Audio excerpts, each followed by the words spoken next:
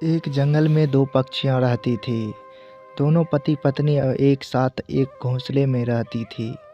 उनको दो अंडे भी थे।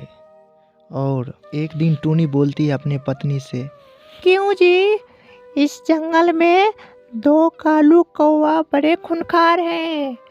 मुझे लगता है इस अंडे को छुपा करके रखना चाहिए, क्योंकि नहीं तो वो खूंखार कौवे फोड़ देंगे। कुछ ही दिन के बात है, फिर इसमें से अंडे में से बच्चा बाहर आ जाएंगे। फिर वो उड़ने लायक हो जाएंगे, तब मुझे कोई टेंशन नहीं रहेगी। फिर बोलती है उसके पति, तुम ठीक कह रही हो टूनी। तुम इस अंडे को ध्यान रखो और मैं अभी जाता हूँ कुछ भोजन लाने के लिए बागों से। तब तक तुम इस अंडे को देखभाल करो। इतना बोल करके वहाँ से फिर चला जाता है वो कुछ भोजन लाने के लिए बागों में। तभी उसी जगह कुछ देरों के बाद कालू कौवा आ जाता है एक। फिर कालू कौवा बोलता है, हा हा हा हा हा टूनी, अब मुझसे तुझे कौन बचाएगा। प्लीज मुझे छोड़ दो, मेरे अंडे को कुछ मत करना प्लीज। हा हा हा हा, अब मुझसे ना तू बचेगी ना ये तेरा दोनों अंडा बचेंगे। अब मैं तुझे मार के। फिर चोंच मारता है और टूनी बेहोश होकर के नीचे गिर जाती है। तभी दोनों अंडा को कालू अकेला देखता है और उसको भी फोड़ देता है। टूनी बेहोश होकर के नीचे गिरी हुई रहती है और कालू कौवा दोनों अंडे को फोड़ करके वहाँ से फिर वापस चला जाता है लेकर के। बचाओ, मुझे कोई बचाओ।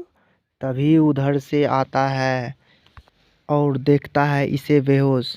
फिर पूछता है, क्या हुआ टूनी, तुम्हारी किसने ये हालत बनाई है? सुनो जी, मुझे कालू कौवा दोनों अंडे छीन करके ले गए और मुझे चोंच मार करके बेहोश कर दिए। ठीक है, मैं उसे अभी जाता हूँ सबक सिखाने के लिए। और इसी तरह बातचीत कर करके दोनों टूनी को होश में ला करके फिर वहाँ से दोनों मिल करके जाता है कालू कौवे के पास अगले ही दिन। और जाते जाते उनके पास जाते हैं और बोलता है कालू कौवा से, कालू कौवा, तूने ये ठीक नहीं किया। मेरा अंडा ले आया मेरी घोंसले से, ये तूने ठीक नहीं किया। हा, मैं ठीक किया हूँ या गलत किया हूँ ये तू मुझे सिखाएगा। हाँ, मैं जैसा ही करता हूँ सबके साथ।